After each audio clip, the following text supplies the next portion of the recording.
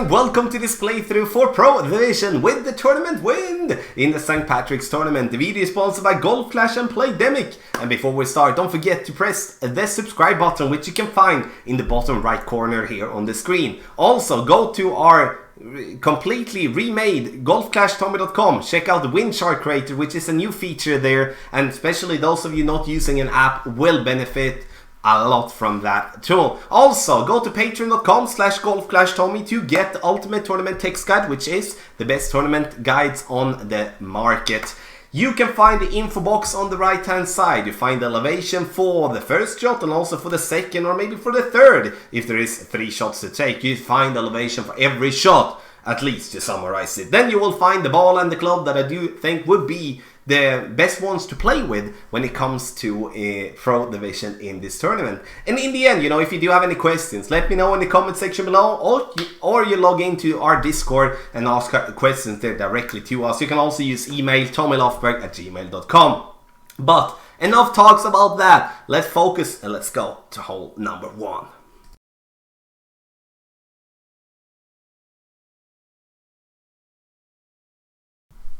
Hole number 1, and we are going to play with the Goliath in very close to max distance. I'm using a Quasar ball here. The reason I want to use a Quasar is because we do want to have more than a side spin 1, and otherwise I would be playing with a Navigator.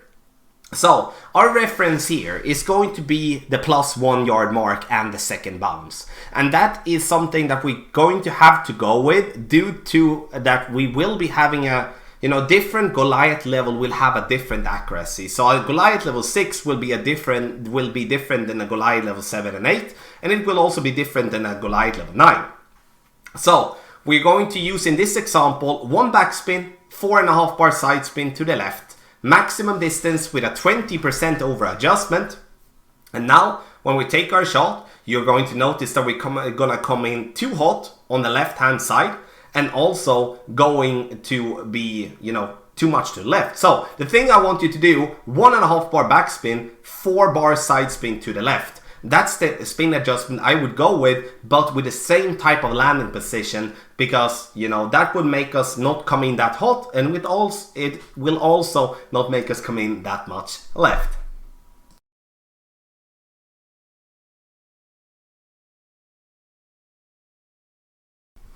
For hole number 2, we are going to play on the left hand side. Why? It's because we're getting a straight tailwind for the second shot, which is super valuable when we are trying to get this ball in the hole. Max topspin here with playing with a katana ball. So I'm playing 4.5 bar topspin, and then you could see when I stretched out the katana ball there, I kind of changed to a titan because, okay, we kind of need more distance here.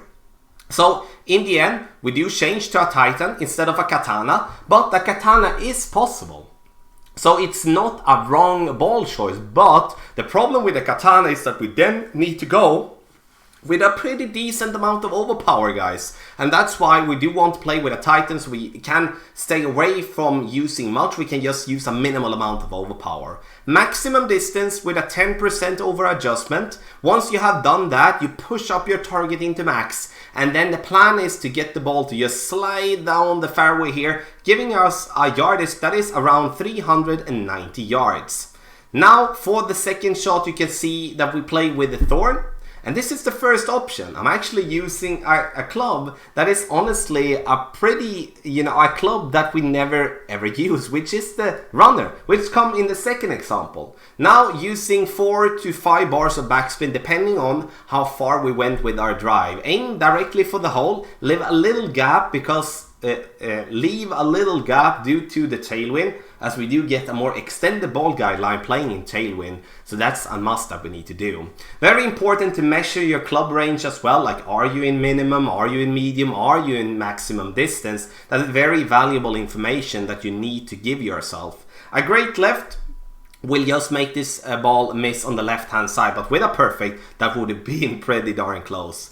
And a second alternative will be to go with the runner, and that will take away the second bounce effect, because we're going to go for a rough bump. And why do we go with the runner then for the rough bump? It's because we most likely won't be having enough topspin playing with the Thorn or with the Hornet. Now in this scenario we would be having enough with the Hornet in a high level, but with a lower level the Runner will be a perfect complement to play with instead of playing with the Hornet or the Thorn, and then you will know that you will always have enough topspin to play the second shot.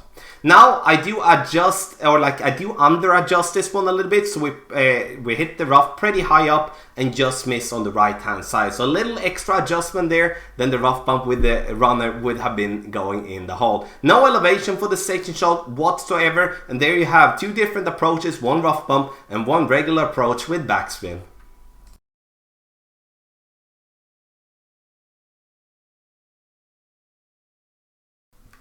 For hole number 3, it is very important that we do play with a power 3 ball. Not so much for the drive, but especially for the second shot. Here I'm going to use an extra mile or a Thor's hammer or an Apocalypse. At least I want to have 230 yards on my driver.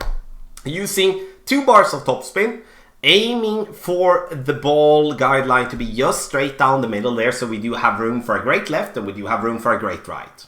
Maximum distance with a 10% over adjustment, and then we're going to push up our target into max. Once we have done that, we are not going to use any overpower, anything like that whatsoever. And we're just going to take a normal shot, which means that we're going to try to hit perfect without any curl. And the ball is going to bounce on the fairway, and then it's going to roll nicely down here on the fairway, giving ourselves not a good shot for the Albatross, but at least it gives us a way to get to the pin. Now second shot, we do need distance. Here the power 3 ball and here the big dog is a very, very valuable thing to have. Because if I play with a sniper here, I'm most likely going to have to overpower to get to the pin. But as also, you could maybe play with a power 4 or a power 5 ball and get away with playing with a sniper. So you can play with different type of combos here. But here I'm choosing a power 3 ball to keep ourselves limited with a power 3 ball here on hole number 3. Using 1.5 to 2 bars of topspin, max right side spin, and then we're going to take our shot with half a ball of curl. Problem we get here, we're coming way too all look. We almost kind of smashed the pin in half. So we really need to make sure here that we do not use more than just 1 bar of topspin when bouncing up there towards the pin. Because if we would have missed that pin there, we would definitely be rolling off the green, and that's not something we can afford to do. Minus 10% for the second shot, which means that we play the second shot uphill, and then the ball is affected more by the wind.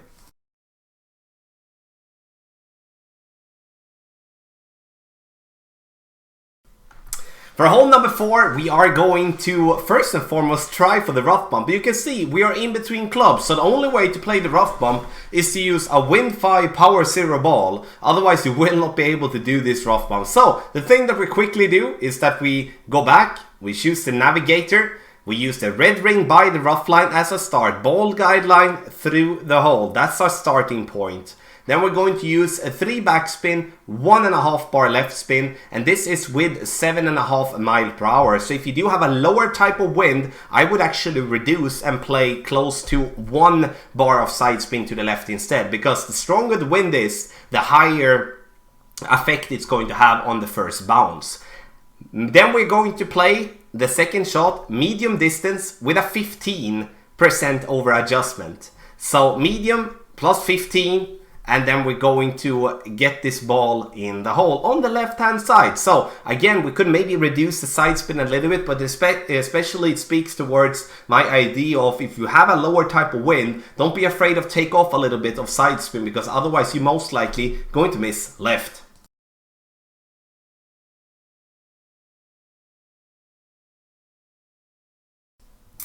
For hole number 5, now it's time to lock in this eagle. 4.5 bar topspin and as much side spin to the right possible. Look at the second bounce. Have it approximately 2 rings from the rough line there to the right. And make sure, you know, that with a great right or a great left, we will not have any issues. Maximum distance with a 10% over adjustment.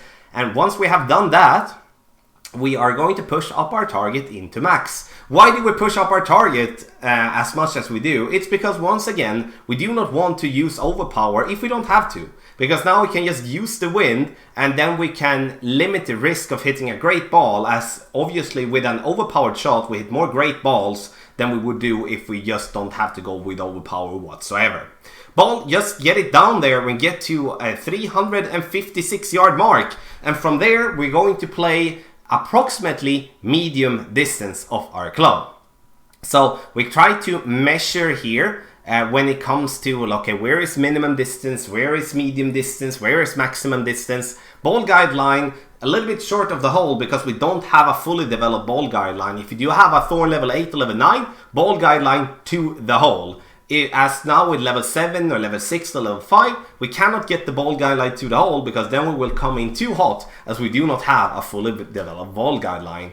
No elevation whatsoever, and here once again you will have to play this one depending on how, you know, in what club range you are. That's the absolute key here to get the eagle, and we get it in. It's some bones.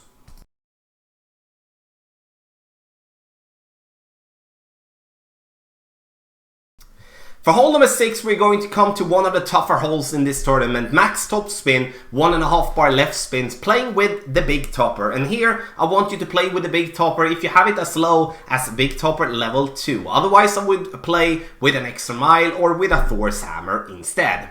Maximum distance with a 20% over adjustment. Once you are done, push up your target into max, and then we're just going to take a normal shot. Here you might be needed to play with a little bit of overpower, playing with a big topper level 2, level 3, but with a level 4 plus you should still be fine to get enough distance here with the big topper. The thing that we're looking for is to just get it down there to the fairway to approximately 395 yards plus.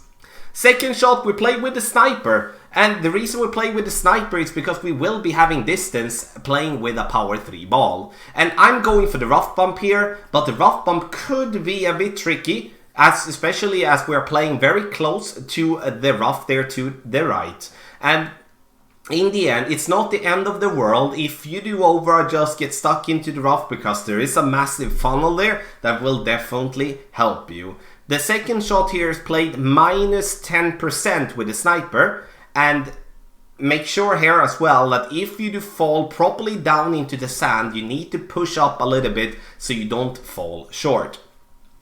So we adjust, and then it's time to take our shot, and the plan here is obviously to take the rough, bounce, and roll up towards the pin. And now we are coming a little bit too much to the right, but you can see the plan, you can see the trick. And that's what we're looking for. Sure, for those of you that do not feel comfortable with a rough bump, play on the right side of the rough, use curl, use backspin, and get the ball to green. But if we're gonna be able to aim for the pin, then the rough bump is a must.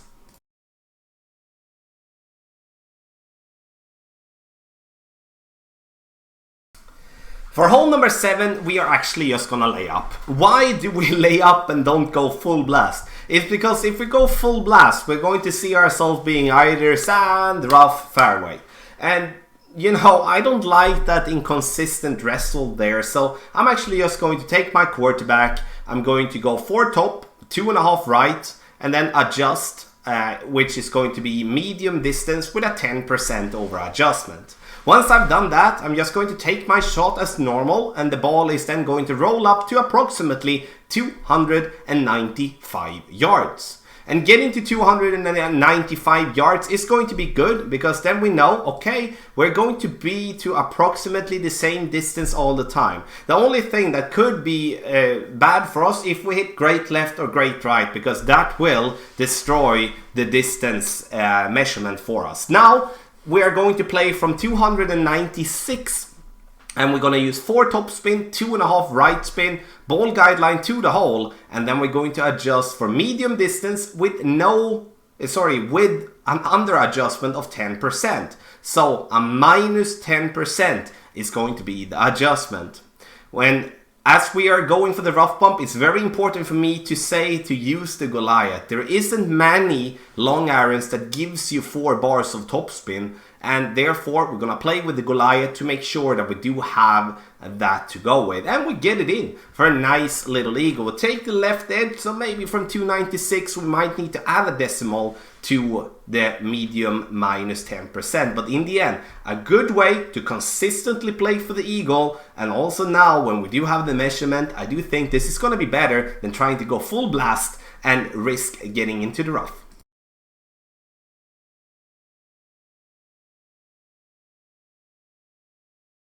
For hole number 8, my friends, we are going to play with a Kingmaker ball. And you can see here, the first that I'm trying to play this one with a Navigator, which still has wind resistance too. But then we will be in between clubs, especially when we do have this type of headwind. So the thing that I want us to do is to go with 2 bars of topspin, 1 bar of side spin to the right, and we want to make sure that the ball guideline with our sniper is on the right side there of the green.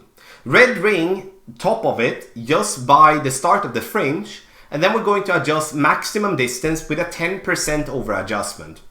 No curl whatsoever, and our hope now, and also the thing that we're looking for, is the ball to come in on the right side, kind of slope down there to the left, and then get ourselves nicely towards the pin. So ball comes up there to the right, and then it starts to turn, and we just barely missed that one to the right side. So the thing that we need to do is actually not to use less side spin. We need to use more side spin because we want it to go even further up on that little hill there to push us more to the left. So 1.5 bar side spin to the right, or like at least 1.2, then we would be there. And once again, a Kingmaker is used to give ourselves the the wind resistance 3 and the power 3, so we can keep playing with our sniper without having to use overpower.